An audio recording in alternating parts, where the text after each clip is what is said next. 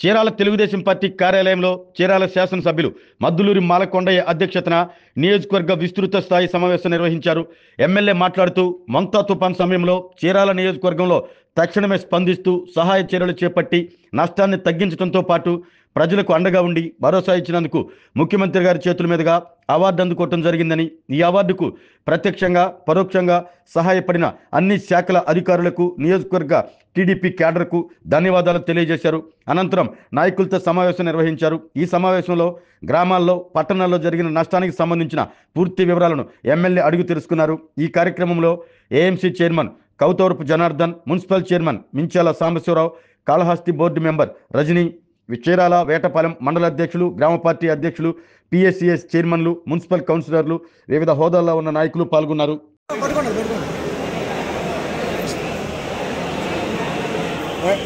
నాయుడు గారు కొట్టుకోమను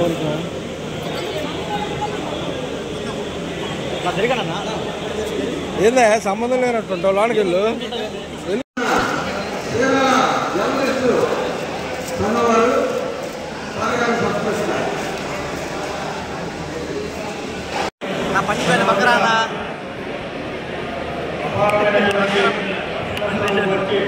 వారు ప్రజలకు అండగా ఉండి సహాయ చర్యలు పాల్గొంటుకొని కృషి చేసినందుకు గాను యావత్ దేశం గుర్తించి అట్లానే చీరాల ప్రాంత ప్రజలకి ఉపయోగకరమైనటువంటి సేవా కార్యక్రమాలు చేసినందుకు గాను ప్రభుత్వం గుర్తించి ముఖ్యమంత్రి గారికి నారా చంద్రబాబు నాయుడు గారు మన ఎమ్మెల్యే గారి అధ్యక్షుడి శ్రీ మద్దులూరి మాలకొండయ్య గారిని గుర్తించి తాను చేసిన సేవా కార్యక్రమాల్ని ఆయన ఎంతో జాగ్రత్తతో గమనించి మనకి అపారమైనటువంటి గౌరవించి తాను సేవా కార్యక్రమంలో భాగస్వామైనందుకు గాను అభినందిస్తూ వారికి సన్మానం చేయడం జరిగింది.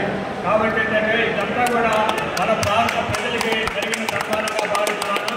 అంతేకాకుండా మనం గమనిస్తూనే ఉన్నాము తుఫాను కార్యక్రమాల చర్యల్లో ఆయన నిద్రాహారాలు మాని అనేకమైనటువంటి ప్రజలకు అండగా ఉండి సేవ చేయడం జరిగింది. కాబట్టి ఇదంతా కూడా మన భాగ్యంగా భావిస్తున్నాము.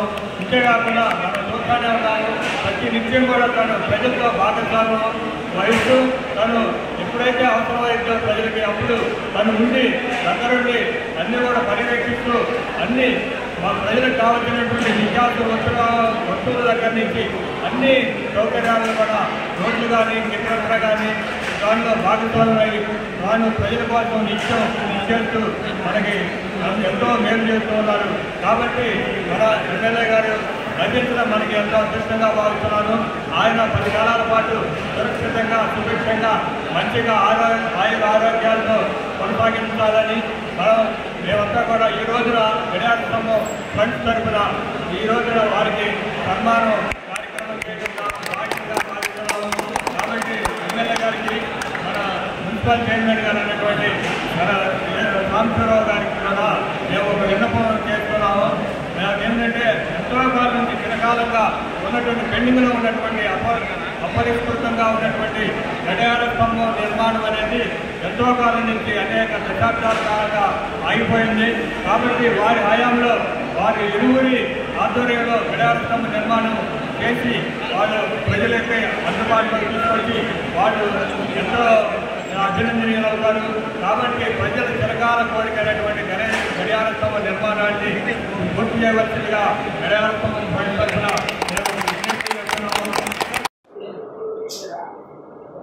ముంతా తుఫానుకి సంబంధించి నిన్న సీఎం గారి ఇంట్లో చాలామంది అధికారులు, అనధికారులు, అలాగే ఎమ్మెల్యేలు, ఎంపీలు ఎవరైతే పర్ఫెక్ట్గా ఈ ముంతా తుఫాన్లో కష్టపడి పనిచేశారో వాళ్ళందరినీ కూడా పిలవడం జరిగింది. ఆ సందర్భంగా చీరాల నియోజకవర్గం నుంచి నన్ను కూడా పిలిచారు. నన్ను కూడా పిలిచేసి నాకు కూడా ఒక మెమోంటో అంటే ఒక సర్టిఫికేట్ కూడా ఇవ్వడం జరిగింది. ఇదంతా కూడా నా ఒక్కడితో అయింది కాదు. మొత్తం ఇక్కడ ఉన్నటువంటి అధికారులు, ప్రజాప్రతినిధులు ఏ విధంగా కష్టపడ్డారో, చీరాల నియోజకవర్గంలో ఏం డ్యామేజ్ జరిగిందో ఆ డ్యామేజ్ పొద్దున్నే ప్రజలకు కనపడకుండా ఏ రకంగా చేయగలిగారు అన్న దాని మీద వివరించడం జరిగింది. దాని మీద ఇది నాకు ఇచ్చిన మెమోంటానికి సంతోషమే కాదు, ఒక బాధ్యతగా నేను ఫీల్ అవుతున్నాను. ఇది ఒక బాధ్యత.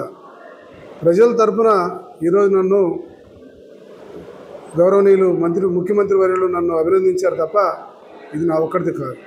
సో నేను నిరంతరం ప్రజల్ని ఏ రకంగా ఎలక్ట్ చేయాలి, ఏ రకంగా వాళ్ళకి గుర్తు చేయాలి, ఈ యొక్క తుఫాను యొక్క పరిస్థితులు ఎంత తీవ్రంగా ఉంటాయి, ఈ విషయాలన్నింటినీ కూడా ముందు నుంచి కూడా మీడియా మిత్రుల ద్వారా సమాజానికి తెలియజేయడం, ఆ తర్వాత అధికారులతో కలిసి పనిచేయడం, జిల్లా కలెక్టర్ గారు, ఎస్పీ గారు ఆదేశాల మేరకు ఇక్కడ ఉన్నటువంటి వాళ్ళ అధికారులందరూ కూడా పనిచేయడం, ఆ ప్రకారంగానే మున్సిపల్ ఆఫీసులో కూడా ఎప్పటికప్పుడు ఒక రిలే కేంద్రాన్ని పెట్టుకొని దాని ద్వారా అధికారులను అందరినీ కూడా సమీక్షించడం జరిగింది.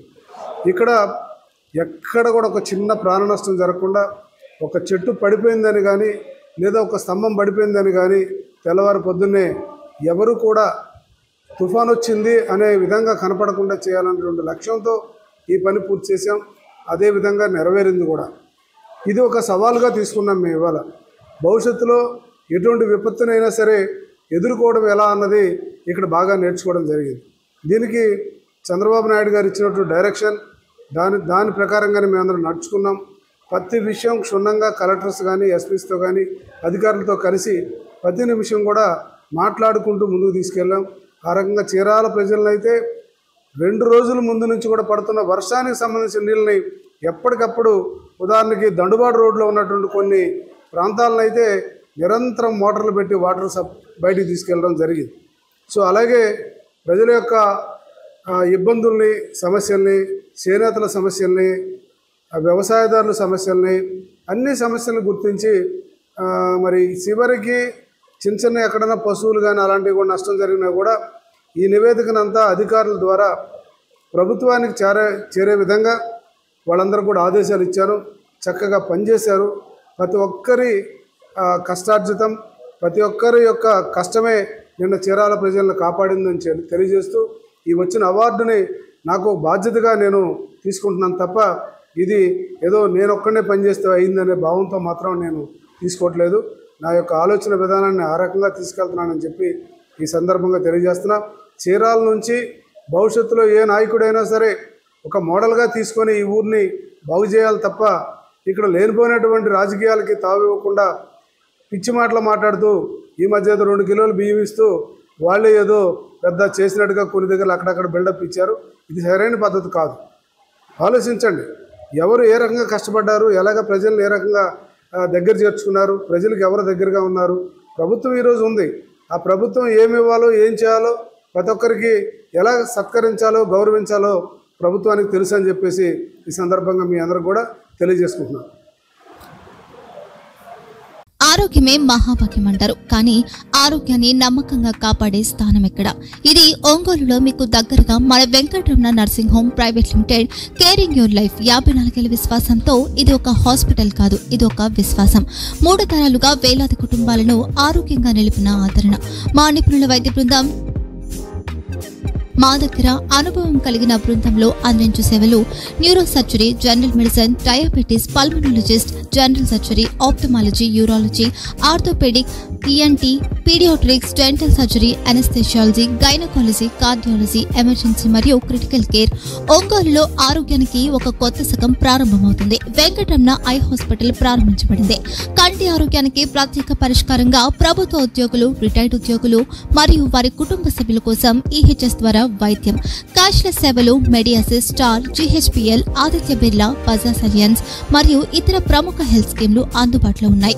ఆరోగ్యశ్రీ, డాక్టర్ ఎన్టీఆర్ వైద్య సేవా నిధి అందుబాటులో ఉన్నాయి. చిరునామా ఆర్టీసీ బస్టాండ్ ఎదురుగా, Kurnool road, Ongole. Phone number 08592282623, cell number 9100679099.